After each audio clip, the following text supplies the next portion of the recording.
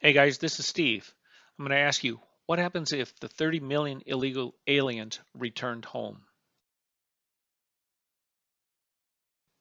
English would be our language again, as it should. No more press 1 for English, press 2 for Spanish. Hey guys, if you move to Germany to live, you need to use German. If you move to Italy to live, you need to use Italian. If you move to France to live, you need to use French. If you move to the United States to live, you need to use English.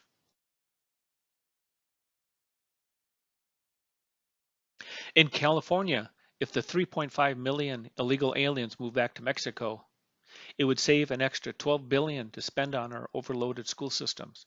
Illegal aliens have bankrupted hospitals and overrun prisons. It would leave highways cleaner, safer, and less congested. Everyone could understand one another as English becomes the dominant language again, as it should. In Colorado, if the 1 million illegal aliens and their 400,000 kids and grandkids would move back home, mostly to Mexico, that would save Colorado an estimated 3 billion.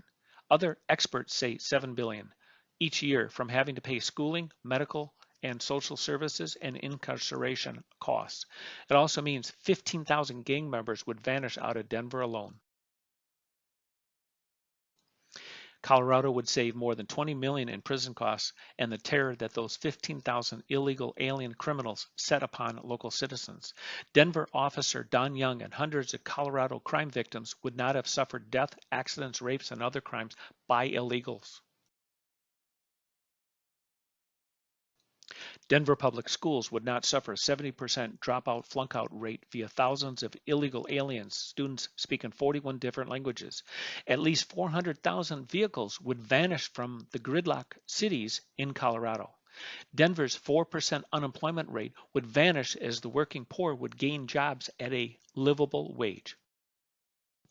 In Florida, if 3 million illegals left, then Florida would return the Sunshine State back to America and the rule of law and also English.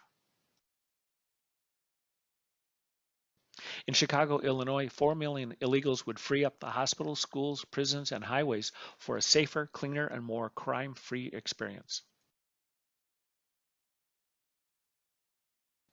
The U.S. economy would return to the rule of law. Employers would hire legal American citizens at a livable wage. Everyone would pay their fair share of taxes because they wouldn't be working off the books like all illegals do. That would result in an additional 401 billion in IRS income taxes collected annually and an equal amount for local, state, and city tax collectors. No more push 1 for English or 2 for Spanish. No more confusion in American schools that now must contend with over 100 languages that degrade the educational system for American kids. Our overcrowded schools would lose more than 3 million illegal alien kids and save several billions in English as a second language and free breakfasts and lunches.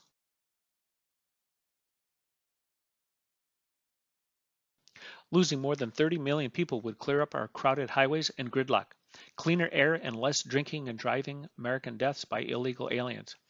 Illegal aliens are a drain on America's economy. Taxpayers are harmed because we have to pay for the illegals' medical because most illegals go to the emergency room and never pay their bills, so then the hospitals have to bill our insurance, which then raises the medical insurance rates for all Americans. Over 120 billion annually would not be returned to their home countries by cash transfers. Illegal migrants earned half that money untaxed, which further drains Americans' economy. If the money was kept here, it would be spent in Americans' businesses that then can hire more Americans and give more raises as they make more money. At least 1 million anchor babies would not be born in our country, costing us 200 billion per year per cycle. At least 100 hospitals in California, Georgia, and Florida would still be operating instead of being bankrupt out of existence because of illegal aliens pay nothing via the Emergency Medical Treatment and Labor Act. Americans would not suffer thousands of COVID, TB, and hepatitis cases rampant in our country brought in by illegals unscreened at our borders. Our cities would see 30 million less people driving, polluting, and gridlocking our cities. It would put the progressives on the horns of a dilemma because illegal aliens and their families cause 20% of our greenhouse gases in the US from their transportation and also the heating and cooling of their homes and of their kids in our schools. We invite 30 million aliens to go home, fix their own countries, and make a better life in Mexico and also Central and South America. In the US, we invite 1 million people into our country legally, which is way more than all other countries combined annually. We cannot and must not allow anarchy at our borders and also within our borders and a growing lawlessness at every level in our nation. Getting rid of illegals would cause our pay for the rest of us to go up because illegals are taking so many low-paying jobs, which then allows those employers to pay lower wages than they would otherwise.